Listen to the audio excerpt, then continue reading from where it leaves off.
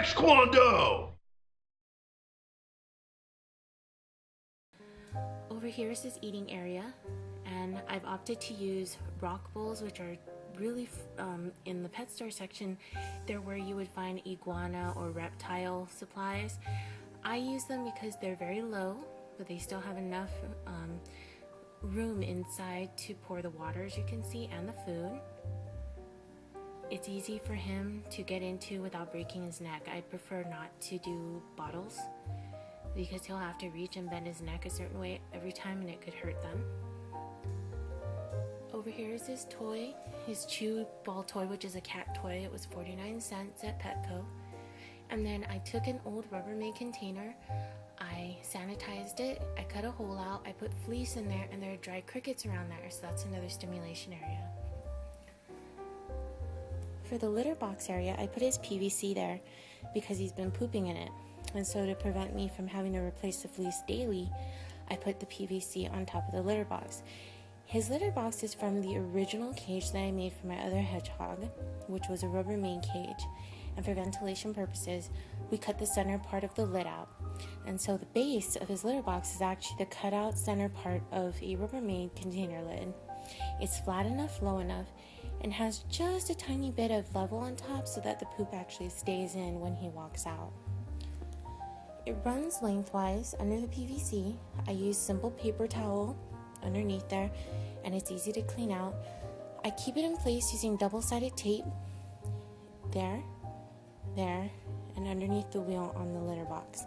In those three areas, when you push down gently daily, and you don't even have to change the tape, just simply push it down lightly, and it'll keep the paper towel in place, and he can't burrow under it or move around with it. Lastly is his wheel. This is a silent spinner wheel from Petco. It is a very large wheel, and the reason why I got it is because he's going to grow bigger. It's easy to spin around though. He has no problem spinning in it. Now, one thing about the wheels are you do have to wash these daily if you want to keep it sanitary. The litter box must be changed daily as well. But the wheel I do clean on a daily basis, as well as his PVC. That's actually it for his cage. Very simple setup, very easy to use. And it gives him a lot of room to run around in.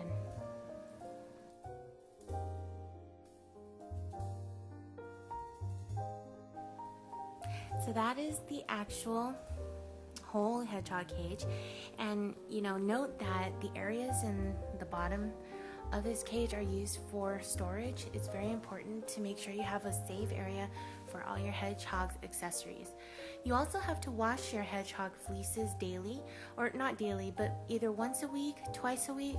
Some people, if they've litter trained their hedgehog very well, they don't actually have to wash the fleece bedding liner maybe just once a month. But with the new hedgehog, you'll probably see pee and poo stains around the fleece bedding. And if you have it folded into itself, like it's a large piece that's folded in half, what I do is I clean the poopy side very well, and I wipe as much as I can. I also vacuum it. Then I fold it over, and I use the other side of the fleece liner so that I don't waste fleece and constantly waste water washing all the time. So you may want to try that trick out if you feel necessary. I do change his bedding once a week, only because I want him super clean. For the chloroplast container, which is the main part of the cage, you do have to clean that as well. For C&C cages with the chloroplast, it's easy. You can clean it two ways.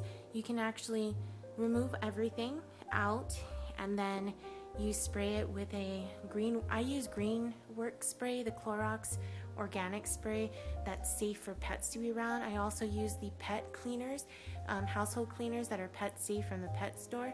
You can also use antibacterial soap and warm water in a rag to wipe down the chloroplast without moving it from the cage. Another option is to actually take the entire chloroplast box out, which is easy to slide out of as long as you have one side open, which you always will, and simply take it out, take it outside, hose it down, wipe it completely dry, and then you can put it back in the cage, no problem.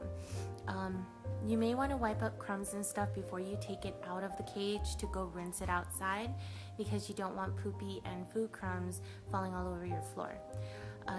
I always vacuum this fleece on a daily basis, so make sure you have a secondary cage available for your hedgehog to be safe in.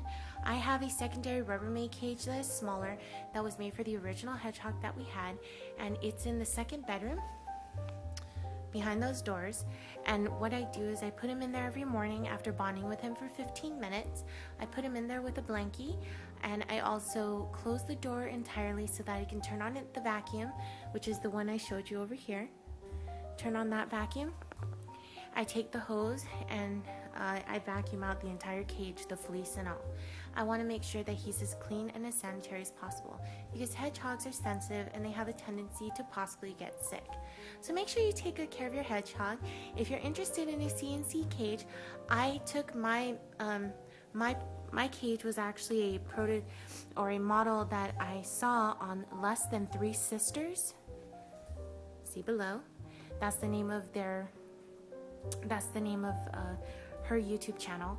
Really good information on her channel, and if you need any more info on anything else, check her out. I'll be doing more hedgehog videos as we go, but I thought I'd share with you the C&C cage that I made for my hedgehog Rex Kwando. Bye! Rex Kwando!